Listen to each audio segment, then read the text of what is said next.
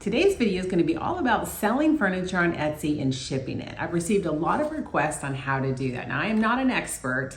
I've only shipped 4 pieces, but if you've been here, you know that this channel is more about a learn with me type of channel. So I'm going to just walk you through the process of how I did it. It was very intimidating. I put it off for about a year, but I've had really good success with it so far. So I'm going to show you my process, answer some questions. I polled my YouTube subscribers and my friends on Instagram, say, what do you want to know? And so I got a ton of feedback. And so I've divided everything into categories as far as what we're going to go over. I'm going to begin by telling you why I decided to start on Etsy. And then I'm going to answer some general questions. I'm going to take you through a listing. I'm going to show you how to actually set up your listing and how to set up your account. Then I'm going to go over the fees, and then I'm going to go into depth on shipping. So I will put everything in chapters, and if you need to skip to a specific topic, go ahead and feel free and then come back. But I just wanted to give you an idea of where we're going with this video. Okay, let me start with why I decided to be on Etsy. So I've been selling my furniture for about 2 years. And honestly, the thought of shipping furniture terrified me because I had seen people load things up in their pickup truck from my garage and scratch the paint or something like that. So I thought, oh my gosh, there's no way I can ship furniture. So, but you know, I kept running across these high-end pieces that I knew were worth more. And I live in about a mid-market, and I can get maybe close to $1,000 for a dresser. But once I start tipping over $1,000, my buyer pool shrinks. And that's mainly because I'm on Facebook Marketplace. You know, there's people who can afford that here, but it's just a matter of they're not searching on Facebook Marketplace for that particular piece, a high-end piece. So when I had some of those pieces, I decided I'm gonna go ahead and dip my toes into the market. And I did have a couple of my friends on Instagram reach out and said, what are you so afraid of, Lisa? And I was like, well, what if they don't like it? What if it's damaged? And they said, listen, it's no refunds. And so you need to disclose everything that's wrong with it. You need to give great pictures and good communication with your clients. And you need to take insurance out. So if there's anything wrong or happens in shipping, you're covered by the insurance. What it does for you is it widens your market. You have so many more people that can see your pieces. You need to be honest with yourself though. And you need to ask yourself, what are you trying to sell on Etsy? I don't have like a real unique style per se. You know, a lot of people do like the decoupage or the blending. I don't really do that kind of furniture. I like to flip high-end furniture. That's what I like to do. And I like to do refinishing to wood. So you have to ask yourself, do you have a piece that's Etsy worthy? You know, do you have a piece that somebody's really going to want to pay all that money for? Because you have to figure they're going to have to pay sales tax.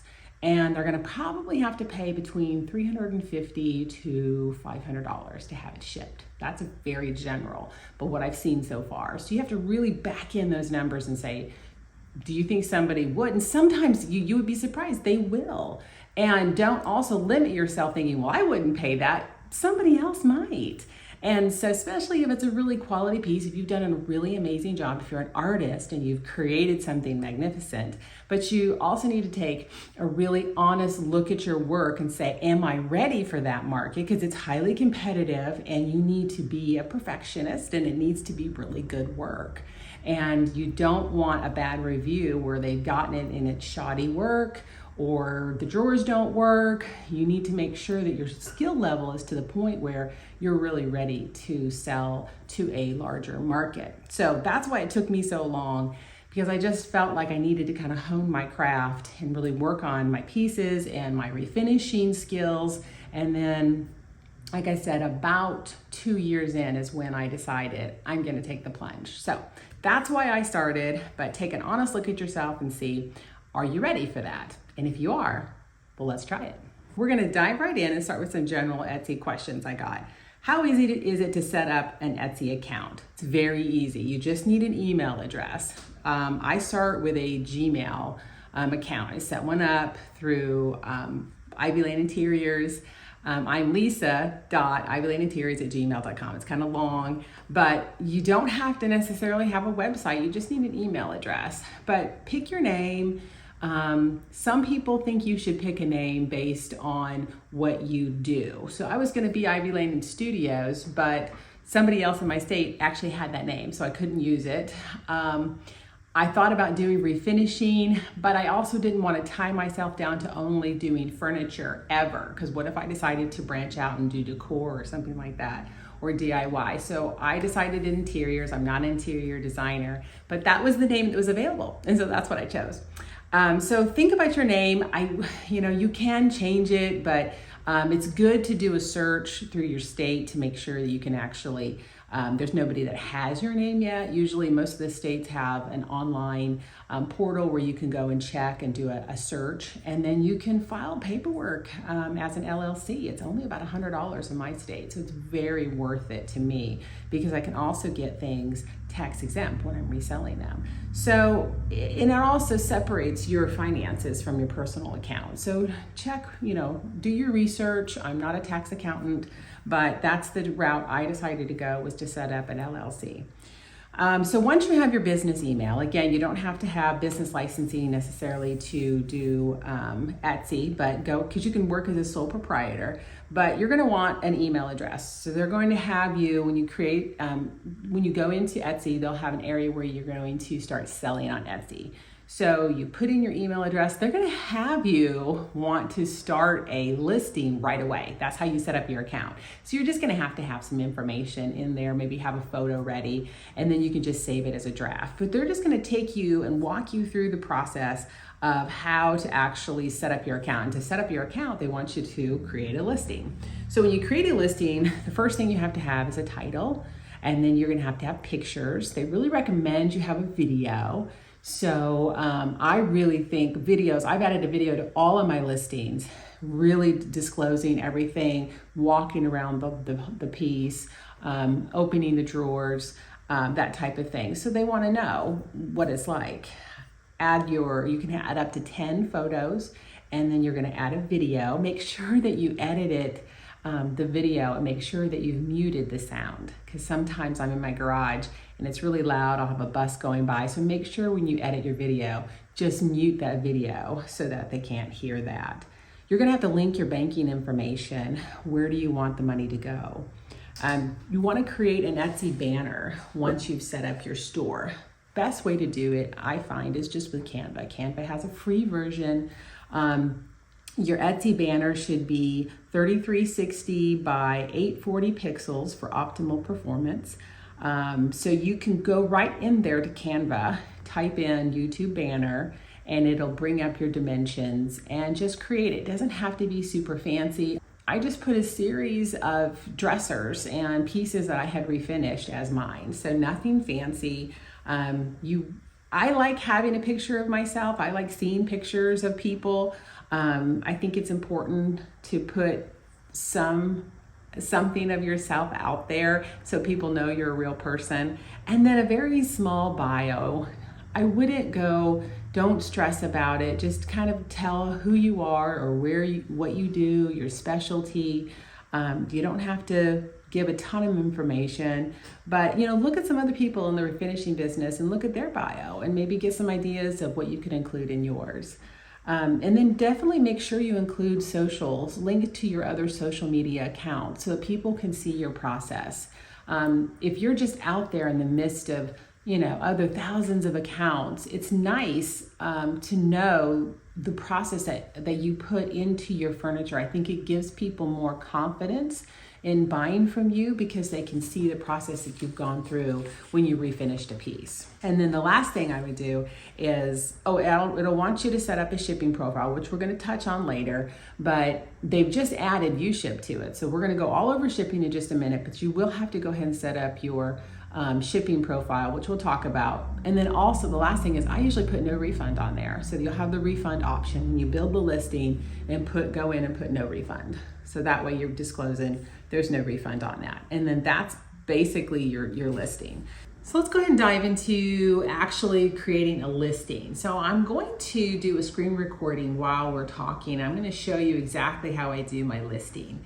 So the first thing I need to have is when you're creating a listing, you need some pictures and you need your listing description. So the first thing I like to do is think about how I'm going to list a piece.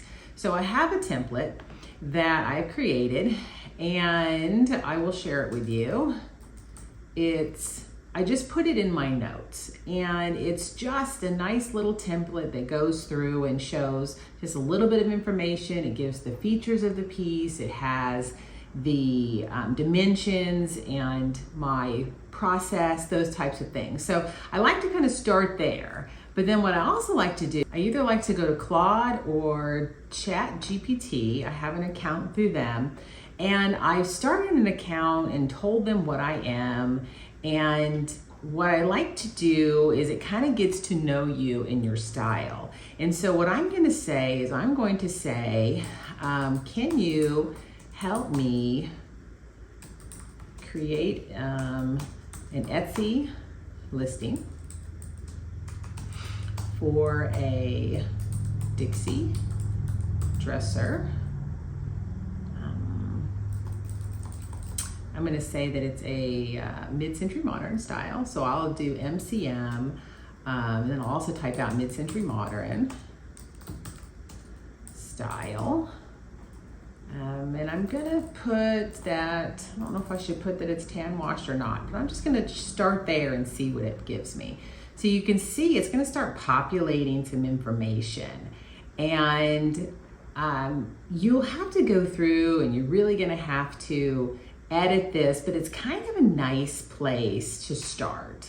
And so here's what it gave me. It says, elevate your space with this iconic Dixie mid-century modern dresser, a true testament to the enduring allure of mid-century design. I don't know that I would use allure, but you know, I do like impeccably crafted with clean lines and sleek details. So I might take out, like, let's say I'll take out this part, because that's a little much for me, right? And so I'll delete that.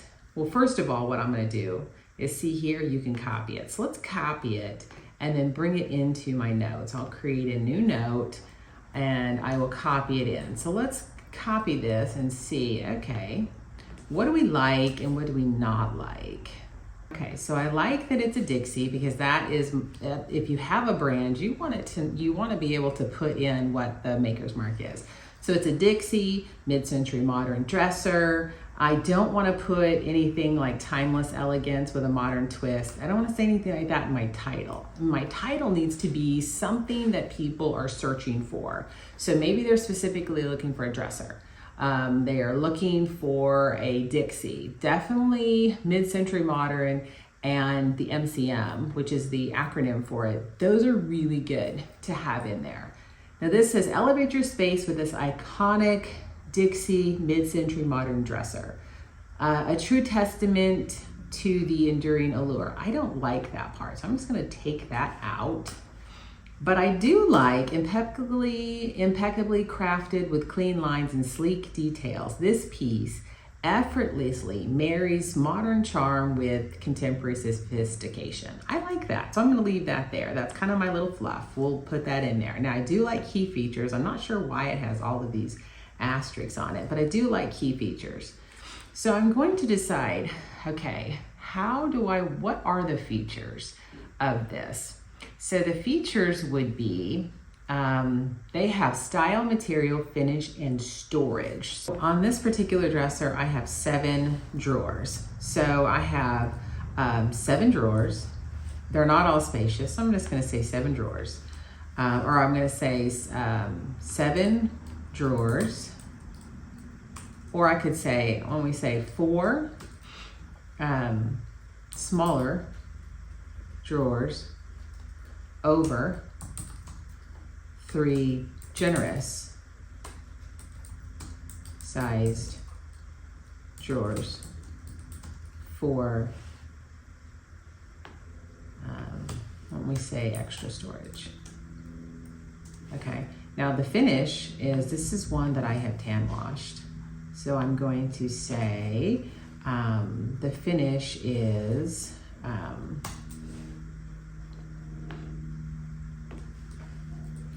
on trend, you could say on trend, tan washed finish for a timeless look. Material, this is a all wood. You don't want to say solid wood unless you know for sure it's solid wood, because not very many dressers are actually solid wood.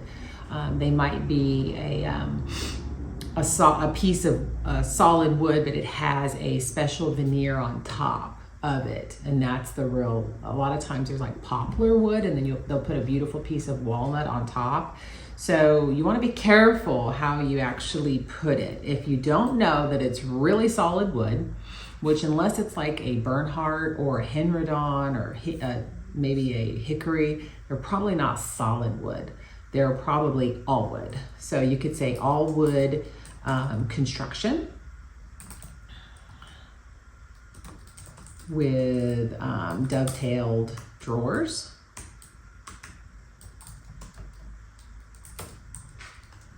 And then the style is going to be that, it says authentic. I don't think I'd say authentic, but the key features would be mid-century modern design by Dixie Furniture. Then I'm gonna get rid of all of the extra fluff. I'm not gonna put in all of this. You do wanna put in your dimensions. What's your height and your weight? Your shipping, I'm not gonna say all of this. Actually, I'll really delete quite a bit of this. But if I go back to my Etsy template, which I think I have it up. Let me go back to it real quick. There's my template. Here is what I like to say. Shipping is not free or included in the price. Please contact us for a shipping quote. So I'm just gonna copy this and I'm gonna put it into my current listing. So let me go back to that. Okay, so underneath here, I'll go ahead and just copy and paste the height. And so here's my dimensions. And this is what I've already written up, like when I listed it locally. So something else you might want to put in is if you've added drawer liners. So let me get back to my listing. I know this is a little back and forth just because I didn't normally create it like this necessarily, but let me put in my dimensions. Okay, so there's my dimensions. I have shipping is not free. Expect charming imperfections due to its age. And then I give my restoration process. So thorough sanitation, stripping and sanding through the proper grits, refinish with quality products from General Finishes. I did use General Finishes products on this one, and then I actually sealed with an oil-based polyurethane, and then I lined all the drawers. So I did put I put the shipping twice, that it's not free. And then I put, you can find our work on Facebook and Instagram at Ivy Lane Interiors. So there is my, stripped down basic listing. So I'm just gonna go ahead and highlight that, and I'm going to copy it. Now I'm ready to actually go back to Etsy, and I'm gonna go to my shop manager. Now I'm just gonna create a listing like I've already sold this piece, but I'm just gonna go ahead and create a listing and I'll just save it. So I'm gonna hit add listing. It is a physical product. I did not make it, another person made it. I'm gonna say it is a finished product. When was it made? I don't exactly know, probably the 60s. It is vintage. Vintage is anything that is over 20 years. If it's antique, it's over 100 years. So I don't try to do something that is too old or too new. I try to kind of give something in between. Now, the title is going to be really important because these are the key words that a buyer is going to use to find your listing. So how would they be looking for your listing? They might be looking for a specific brand or style or size. So I'm going to put Dixie, and I'm going to use both the acronym and I'm going to type out mid-century modern.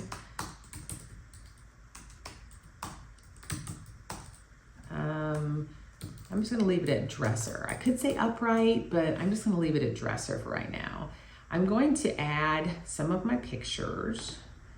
You can go back and edit this later, but you can put up to 10 pictures. Well, I suggest you use all the pictures that you can. And then you're going to do one video. So it's nice to do just a video, maybe having you close one of the drawers and then just kind of go over it, just showing any imperfections it might have. And then one tip is make sure you mute the sound when you edit the video, because sometimes I'm out in my garage and I have a school bus go by or a diesel truck go by. And so make sure that when you're editing that video, just go ahead and mute the sound so that when you upload it, you won't have those sounds in your video. I'm just gonna grab a picture real quick. This isn't the Dixie painted, but that's okay. It is a Dixie. So I'm just gonna pull that in. I'm gonna take in my description and I'm going to copy and paste it. So don't need this title, but I'm going to proof it real quick. I like to read things out loud. Elevate your space with this iconic Dixie mid-century modern dresser, impeccably crafted with clean lines and sleek details. This piece effortlessly marries vintage charm with contemporary sophistication. So I have my style, my materials, my finish, the storage information, I have my dimensions, my shipping information, my restoration, and all of that. So I can go back and tweak it if I need to. So my price. This one I listed for $800. My quantity is 1. There are some additional variations you can do. Here's where you can add all the tags. You can see there's some that I've actually entered before. So this is where you're gonna put MCM. You're gonna put Dixie dresser. Because they want you to do shape, color, style, function. So let's do Dixie dresser, vintage dresser. You could do upright dresser, because this is an upright one. 7 drawer dresser. I'm also going to type out mid-century modern. Anything else you can think of, because you can have up to 13. So any other, you could do raw wood look. So anything you think raw wood look dresser. So it can't be more than 20 characters. How about just raw look? You could do tan wash. I don't know if people are going to search by these, but anything I can have, 13, I have 5 left. So then this is where you're gonna wanna put what type of wood it's made out of or any kind of components that you might have. So the material is wood. If you know the specific type of wood it is, I believe this is walnut. Now here's where your shipping options go. You're gonna select profile.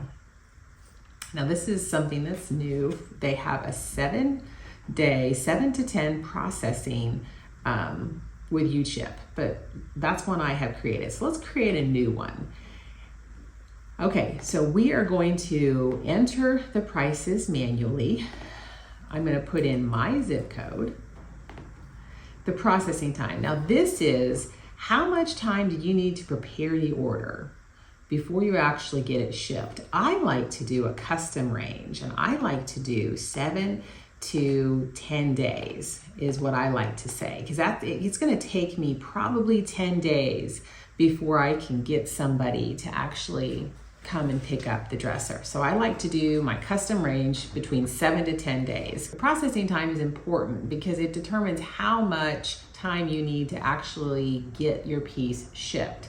So I like to do 7 to 10 days. You could do 7 to 14 days. How long is it going to take you to get a shipper here to your house or your workshop to pick something up?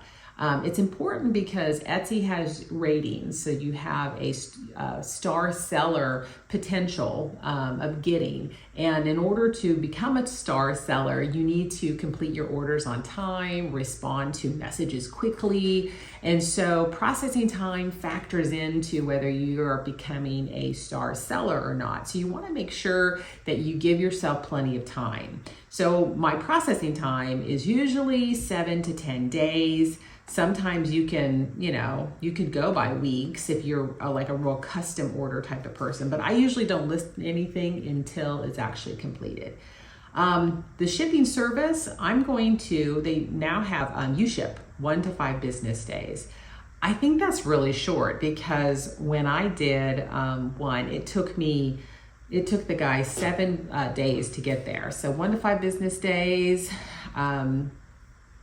That gives you, though, if you do 7 to 10 days for them to come to you and then another 5 days to get it to them, that gives you 15 days wiggle room, which I think is pretty good. So that's how I do it. I take off international shipping, and then you can save that profile if you want. You could do, UShip. I already have one, but I'll do UShip too. Okay, so you can also add your weight if you need to in there. I usually don't because it's in my listing description. This is where you change your policy. You want to say no returns or exchanges. If you want to do returns, you can put it there, but I usually just do no returns. And if you have any, I usually also do manual. I'm not gonna let it renew right away. I will do the manual review myself. So we're gonna preview it, and it's gonna show you your pictures, it's gonna give you your listing, and this will be a great time for you to be able to make sure that there's no typos or anything in it. So for right now, we will save that as a draft.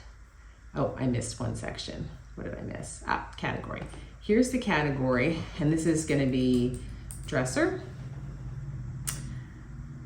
And dressers or armoires. I'm just gonna put it under dressers and armoires right there. And it'll tell you if you're missing something. You can always go back and tweak it, but I am gonna save that as a draft. Okay, so now I've created a listing. So once you have everything set up, and you can save your draft if you don't have it completely ready yet, make sure that you have your 10 pictures. People can reach out to you if they need to have additional pictures. You could even mention that. But once you have everything set up, you're ready to publish it. And then once you publish it, it's live. Now, it takes a few days for them to actually get you in the algorithm to know how to push you out. They're gonna look at all your keywords and they're gonna go, okay, who would be interested in seeing this listing? So the first thing you wanna do is you wanna share it to your social media accounts. So if you have Facebook or if you have Instagram, wherever you are on socials, TikTok, go ahead and share it. It needs to be pushed out. Nobody's just gonna see it. Hopefully they will, based on some of the keywords that you've used. But you've got to go ahead and share it and get the word out there so that people will see it. Let's move on to Etsy fees. Now, the fee to just post a listing is only 20 cents for one listing. So that you have to pay up front. And then if you sell the piece, they're going to collect sales tax for you depending on what state you're in.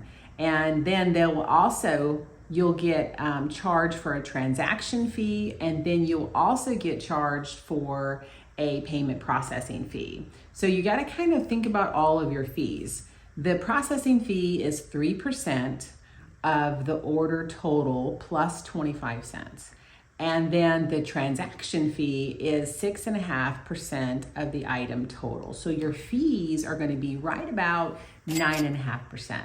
So you need to remember that whatever the sales price is, you're going to be deducted almost 10% of that.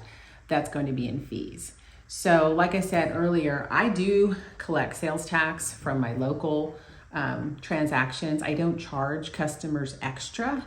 I price my items locally to where I take the sales tax out of the purchase price and send it to the state. And so it's very close. 8.5% is what I pay for sales tax. My Etsy fees are 9.5%. So people ask me, do you list your pieces for the same amount locally as you do on Etsy? And my answer is yes. Whatever I post here in my area is what I'm also going to post on Etsy, because again, it's very small. It's a very small difference in my fees. It's 1%. So 9.5% fees for Etsy and 8.5% here locally for my sales tax. So I figure I'm going to list it the same. And yeah, sometimes it's high. You know, I listed a dresser for $1,800 locally, which is the most I have ever listed anything for. I had so many people reach out to me about it, save it locally. I mean, crazy traffic on it, but ultimately it's sold on Etsy and not locally. So I think it's good to go ahead. I know it can be a little intimidating, to be honest, to put something I know is worth it on my local Facebook marketplace page or on my business page, because sometimes people think, oh, you're never going to get that. And the funny thing is a lot of times we do. But it's part of that. If you have a quality product, you can charge for that and don't feel that you need to undercharge for a piece. I think some of that just comes with time in the business, and it comes with confidence. And I've had to really work on that. I think everybody in the refinishing world or in business in general have to work on that, is not undervaluing your product. One thing I did have some people ask me about was the reserve.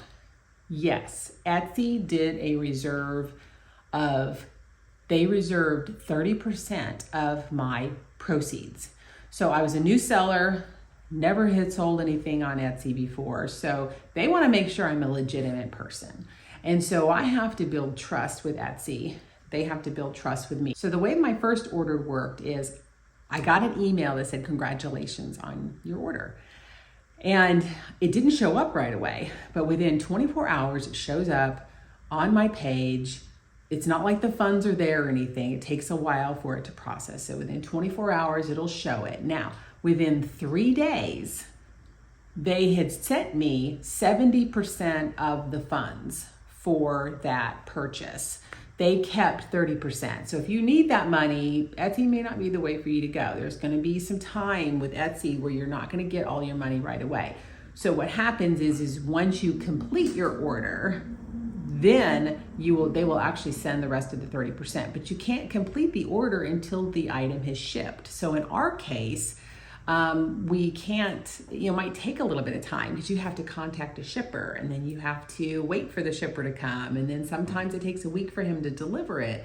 And so I don't actually mark it complete according to their rules. And I know some people go ahead and hit complete early, but I don't hit complete because it'll send them an email saying your item has shipped. And so if the item is still in my house, I'm not going to hit that it's complete. So once it has left with the shipper, then I'll go ahead and mark it as complete, and then it will process the rest of the order and they'll send me the other 30%.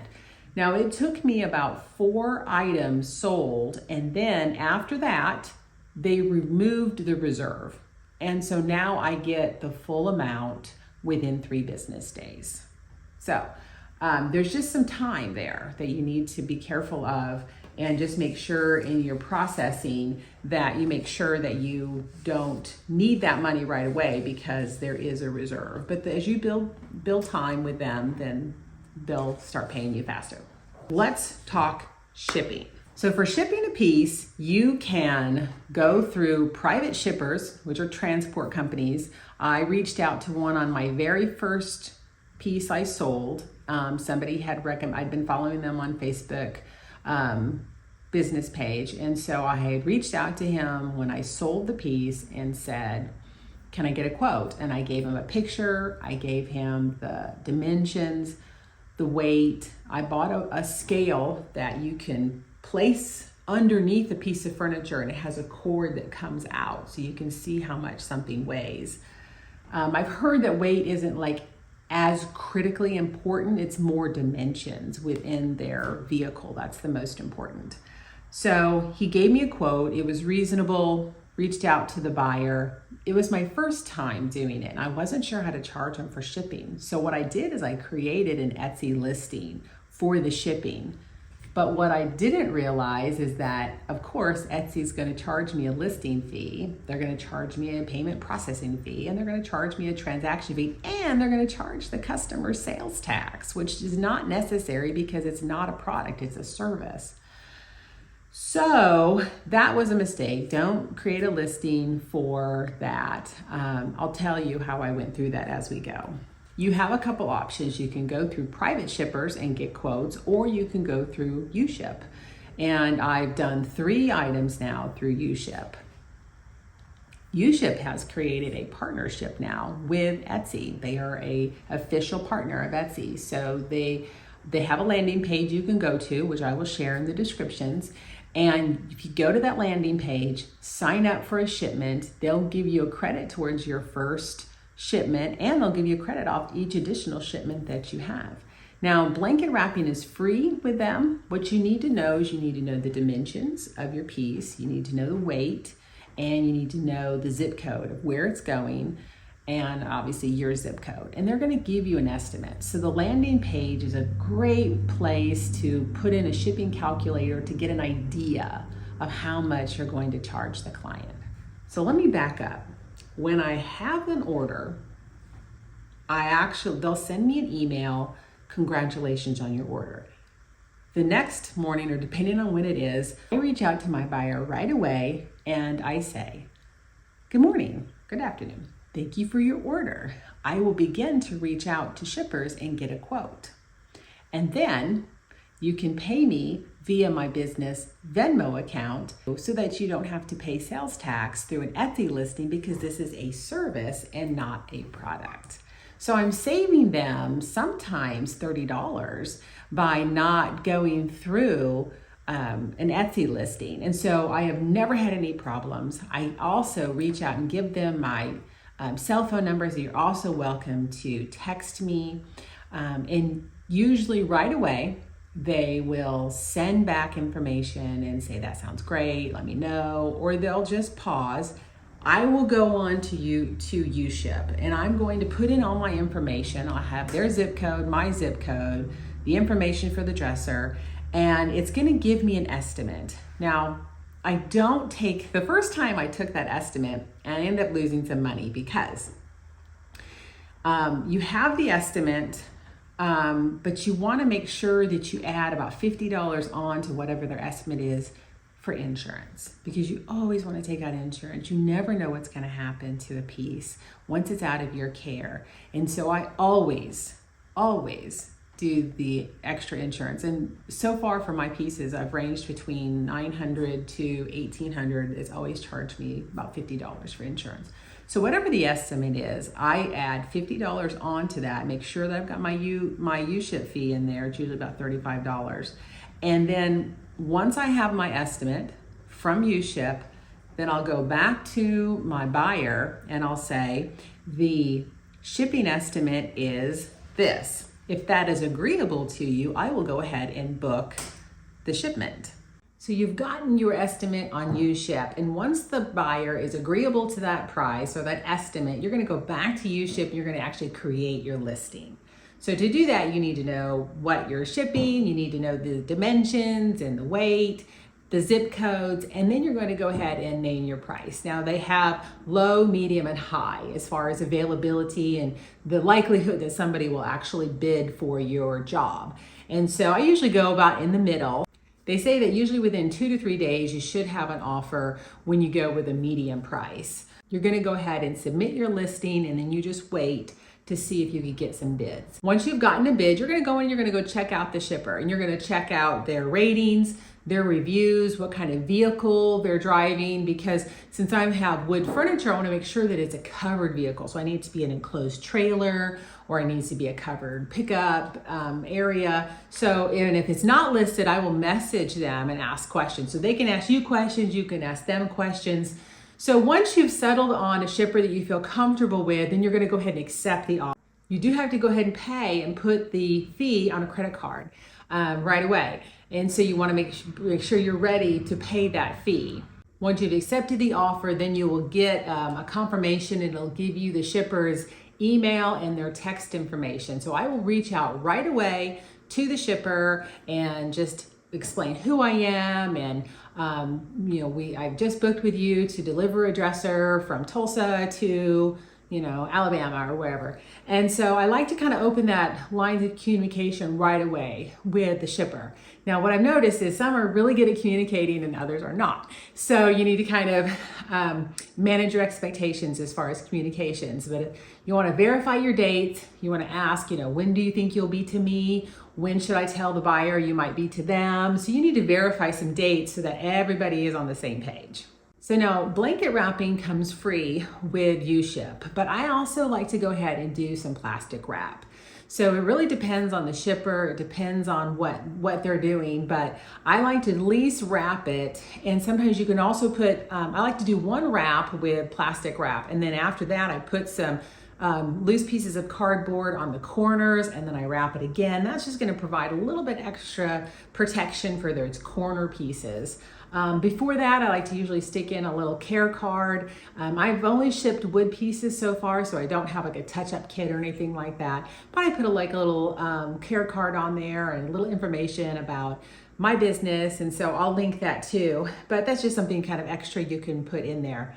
If you have something with legs, you might also consider bubble wrapping those and wrapping those as well. If you have a piece that the legs come off, you could consider doing that. I haven't had any yet that I've shipped that have legs that come off, but you have to remember this isn't going into one truck to one truck to one truck. It's probably going to be in one truck the whole time. So they go from your house, load it up, and it goes directly to the client. It may make a stop at their warehouse. I'm not sure always. It depends on the shipper, but the instances I've had, it's pretty much been just loaded up into their vehicle and it gets delivered to the buyer. So there's not a lot of in and out, but they will blanket wrap it. If you feel more comfortable, you can go ahead and blanket wrap it yourself. You can get some pretty inexpensive blanket wraps, moving blankets at like Harbor Freight. You won't get them back, so you have to kind of build that into your price if you want to go ahead and do the blanket wrapping, but that does come included in your fee in U-Ship. So once the shipper picks up the order, that's when I go back into Etsy and I mark the listing as complete. And then it will send an email to the buyer letting them know that their order is on their way. At that point, I want to make sure that I have the buyer's text information. I need a phone number so that I can give it to the shipper. And that's where I connect them. Because once it leaves me, it's the shipper and the buyer who have to connect for the right time to deliver. So I make sure I text the buyer the transport information, the shipper's information. I give them their name and their contact information, the estimated time of delivery. I do the same with the shipper. I give the shipper the buyer's name, phone number, address. I give them all that information so that way they can connect and coordinate on a delivery time. U-Ship also gives you an area where you can print out the information about the shipping. So I do like to print that out and I like to put it on top. That way, especially if they have a lot of dressers in their, trailer, they know where mine is and where it's going. And so I like to print out something and just tape it on the top. That way there's no confusion. So once it's actually picked up, then it just becomes a waiting game. And honestly, it can be a little stressful knowing that it's in transit. You don't know when it's gonna get there. You're just kind of waiting to make sure that it arrives safely. And sometimes this it wouldn't be for everybody because it could kind of weigh on your mind and make you worried. But you do learn that you just have to wait. And so does sometimes test your patience. But once you get information, back from either the shipper or the buyer that it's been delivered, I always verify with the buyer first. I text them and I say, okay, how did it go? And they'll respond, everything looks great, blah, blah, blah. Then I verify with the shipper. And then once you verify with both parties that everything's fine, then you go back onto UShip and then you release payment. And you only release payment after you hear from both parties that everybody's happy. Then you go ahead and release payment. I haven't had any problems yet, so I can't really speak to what if you do run into some problems, but that is why I take out insurance on all my orders, just in case something were to go wrong, then I would have the insurance and then I would be able to make a claim. Shipping is a lot as far as the logistics. You are a lot of moving pieces. You're gonna try to make sure everybody's happy. That's why some people don't want to try shipping. Like I said, I've only done 4 so far. I have 2 pending. So, I've had good experiences so far, but I will say there is a little bit extra involved, but I kind of go back to, it does widen my pool of as far as my customer base and increases my market. So I think it weighs out the logistical issues in the end, but everybody has to answer that question for themselves. I will say one more thing. You can list on Etsy and still have local pickup.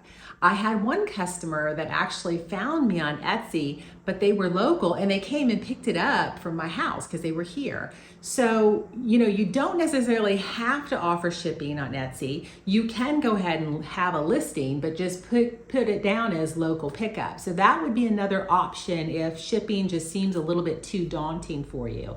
So that is something to keep in mind. So I hope this has helped. If I've missed any of your questions, please leave them in the comments. I know this is kind of a long video, but I really try to go in depth as far as what I have learned so far. So I hope it has been helpful. I really appreciate you being here, and thanks so much for watching.